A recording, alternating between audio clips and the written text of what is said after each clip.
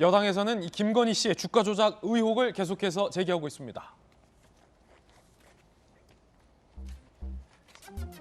도이치모터스 주가 조작 범죄 일람표를 여당은 문제 삼고 있습니다. 2010년 1월, 2012년 11월 사이 김건희 씨 명의의 계좌 5개가 이용됐다. 도이치모터스 주가 조작 언론 보도 통해 유출. 윤석열 후보가 공개한 계좌 외에 4개가 추가 확인됐다. 김건희 씨가 사전에 인지했는지 여부가 관건이다라는 겁니다. 민주당, 해당 기간 9억여 원의 차익을 얻어 주가 조작 혐의가 사실임이 확인됐다. 손해만 봤다던 윤 후보의 해명은 새빨간 거짓말이다라고 민주당은 공세를 하고 있습니다. 우상호 의원의 이야기 직접 들어보시죠. 누가 봐도 주가 조작에 김건희 씨가 개입한 정황이 또 증거들이 계속 드러나고 있습니다. 단언컨대 윤석열 후보는 김건희 씨의 주가 조작 때문에 낙선될 것입니다. 자, 주가 조작을 가담한 게 분명하다라는 게 여당 주장입니다. 여야 의견 들어보겠습니다. 전윤규 의원. 네, 사실 이 주가 조작 관련해서 지금 국민의힘에서는 계속 물타기를 하고 있는 거 보이는 것 같습니다. 왜냐하면 보도를 통해서 얼마가 벌어졌고 국민의힘에서 공개한, 그러니까 윤석열 후보가 공개한 후보 책인가요? 책에서 공개한 것이 보면 뭐 2010년부터는 거래가 없었다 했고 말 바꾼 부분도 있는데 이 부분을 해당 보도 9억 원을 벌었다라는 해당 보도가 나온 이후에는 얼마를 벌었냐? 그러니까 실제로 번 것이 얼마고 뭐 손해를 본 것이 얼마시냐 이걸로 지금 물타기를 하고 있는데 잘못된 거죠. 사실상 한 달에 9억을 벌었다. 사실 뭐 국가 조작에 거래가 있었다라는 것 자체, 행위 자체가 문제가 있다라고 민주당에서는 문제 제기를 하는 것이고요. 사실 보도에 나온 내용만 봐도 국민들이 충분히 판단할 수 있을 것 같은데 한 가지 첨언 드리면 그러니까 전문가한테 맡겼다라는 것이거든요. 본인이 직접 참여를 하지 않고 전문가에게 맡겼다라는 해명도 있는 걸로 저는 봤는데 전문가한테 수십억을 맡겨서 주식을 이제 거래를 해달라고 맡겼는데 정말 우연히 도이치모터스, 그러니까 본인하고 관계가 굉장히 깊은 도이치모터스에다가 수십억에 투자를 했고 거기서 주가 조작이 일어났고 거기서 이득을 봤다?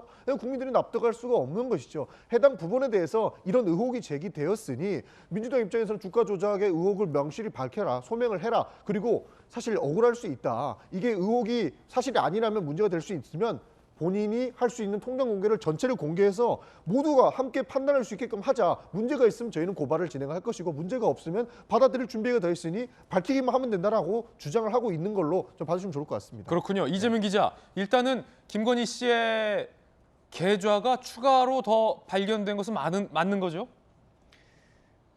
사실은 박정환 실장께서 말씀하신 게 맞을 것 같은 생각도 드는데 조금 전에 저희가 방송 들어오기 전에 국민의힘에서 자료를 하나 냈죠. 그 자료를 보니까 지금까지 그러니까 한 개 계좌는 2010년부터 1월부터 5월까지 썼던 계좌는 이미 윤석열 후보가 공개를 했죠. 그러니까 그 계좌는 주가 조작 가담자에게 줬다가 4천만 손해를 보고 다시 퇴수했다. 그 뒤로 연락이 없다. 그것까지 다 이제 확인이 된 겁니다. 그런데 지금 보도되는 거는 그 뒤로도 2개 계좌가 또 주가 조작 가담자에게 갔고 거기서 이제 거래가 이루어졌고 2개는 김건희 씨가 스스로 주가 이제 거래를 했다. 이거 지금 이게 보도 내용인데 이 근거는 뭐였냐면 범죄 일람표상에 이렇게 나와 있다. 범죄 일람표를 보니까 사실 범죄 일람표는 김건희 씨가 실명으로 나와 있는 건 아닙니다. 도모모라고 해서 가명으로 돼 있는데 그 도모모의 거래 내용과 김건희 씨의 과거 거래 내용을 맞춰보니까 이 도모모가 김건희 씨다. 그렇기 때문에 2개는 또 다른 주가 거래 선수에게 2개는 본인이 직접 거래를 한 거다. 이렇게 추정을 한 건데 범죄 일람표를 상으로.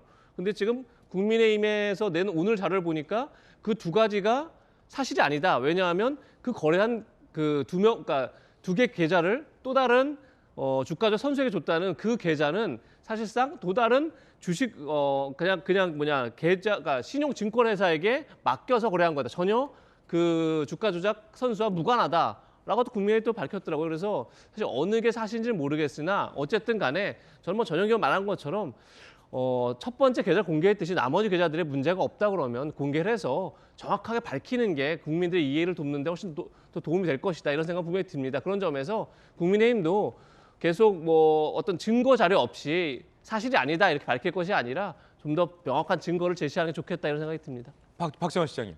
우선은 저는 뭐 검찰이 우선 답을 해줘야 될 거라고 봐요. 지금 방송 전에 저희 당에서 대변인 명의로 나간 성명도 마찬가지인데 이 소위 말하는 범죄 일람표에 모순이 에러가 있으니까 이거에 대해서 검찰이 바로 잡아줘야 될 문제가 있다. 그리고 지금 이재명 부장 설명 주신 것처럼 문제가 됐던 소위 말하는 그 이모라는 지금 구속된 이모라는 선수 말고 또 다른 선수한테 김건희 씨가 주식을 맡겨서 거래하고 주식의 주가 조작에 공모했다는 건데 그건 사실과 다른 거란 주장이니까 검찰이 이걸 확인해 줘야 되고, 두 번째는 뭐 전체 주식 거래 내역에 대해서 밝혀야 된다라고 얘기를 하지만 저는 이 범죄 일람표가 어떤 식으로 여당한테 흘러가서 이렇게 이용이 됐는지, 그리고 이걸 가지고 방송을 하면서 특정 기관으로 축약을 해서 뭐 9억을 얻었느니 이익을 받느니 안 하니 이런 보도가 어떤 루트를 통해서 이런 자료들이